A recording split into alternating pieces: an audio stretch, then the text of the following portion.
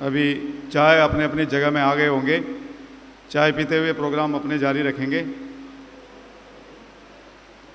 हमारा फंक्शन है रेजिमेंट का, ये सबसे ऊपर है, इसलिए मुझे किसी आदमी में आना था, और ख़ास करके इसलिए कि ये मेरा इलाका है, मेरा डिस्ट्रिक्ट है। यहाँ से मेरा होम टाउन कलानौर, जो कि अकबर बादशाह की राजधानी थी, वो सिर्फ 24 किलोमीटर की दूरी पर है। अभी मैं उनकी अनुपस्थिति में प्रेसिडेंशियल स्पीच के लिए हमारे चीफ गेस्ट कमांडेंट एम.एस. कैलोन साहब को आमंत्रित करूंगा कि वो सभा को संबोधित करें और कुछ मैसेज हमें दें। Commandant MS. कैलोन साहब, प्लीज़ वेलकम सर। नौजवानों, मैं थोड़े शब्दों में जनरल सुशील कुमार साहब के बारे में बताना चाहूँगा, जिन्होंने असम राइफल का पहले डायरेक्टर जनरल, उनसे पहले मेजर जनरल रैंक के इंस्पेक्टर जनरल हुआ करते थे। इनके टाइम में पहले लेफ्टिनेंट जनरल के रैंक में डायरेक्टर जनरल का अपॉइंटमेंट मिला।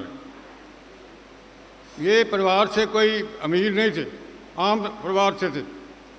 इनका पिता का परिवार खास करके नरनौल हरियाणा के रहने वाले हैं, हरियाणा नरनौल, और माता जी का परिवार अलवर राजस्थान के रहने वाले थे।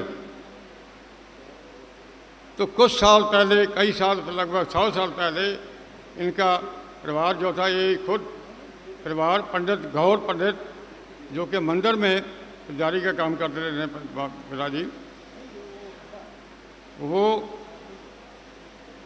यूपी में शिफ्ट हो गए, इटावा।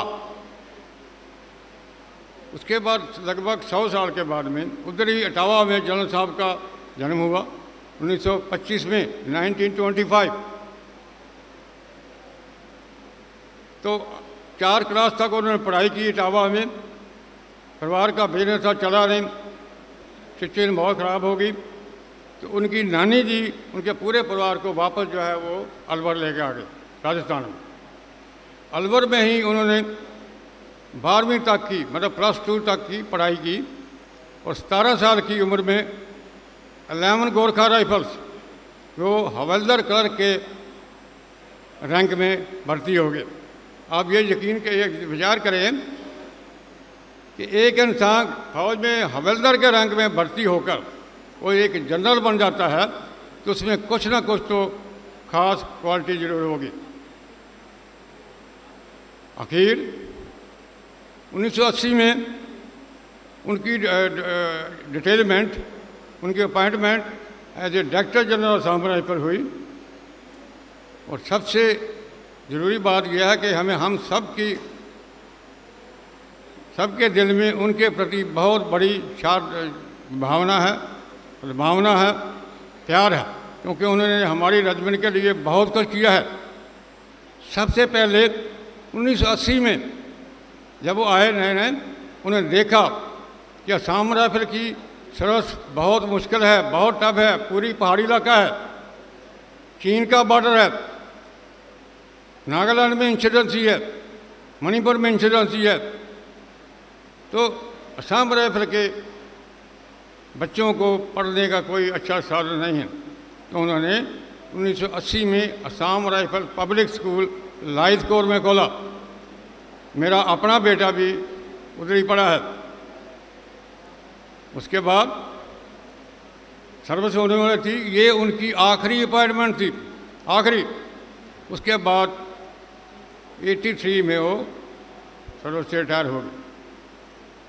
तो सितंबर 9 तारीख को 98 साल 4 महीने की आयु भोगकर, लंबी उम्र, 98 ईयर 4 मंथ के बाद उनका, बाद में दिल्ली शिफ्ट हो गए थे, दिल्ली में उनका देहांत हो गया।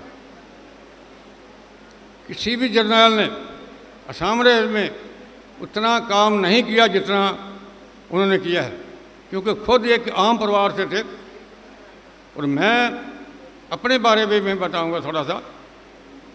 पहली बार कमीशन के लिए अप्लाई सेलेक्ट नहीं हुआ, दूसरी बार मेरी उम्र ज़्यादा होगी, 4 महीने।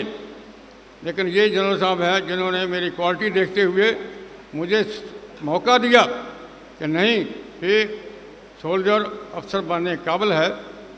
और आखिर में सेलेक्ट हुआ और 41 ईयर सर्विस, 40 साल की सर्विस के बाद में मैं 31 मई 2001 को रिटायर हुआ। अभी मुझे रिटायर हुए 22 साल से ज़्यादा हुए हैं। इस टाइम मेरी उम्र 83 साल है, 83 ईयर।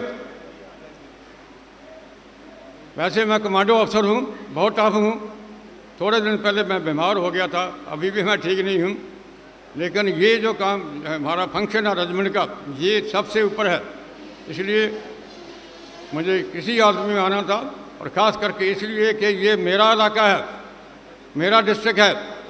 यहाँ से मेरा होम टाउन कलानौर, जो कि अकबर बादशाह की राजधानी थी, वो सिर्फ 24 किलोमीटर की दूरी पर है। तो अभी हमारा केस चल रहा है। नार साहब हमारे एडवोकेट हैं, वो लड़ाई कर रहे हैं।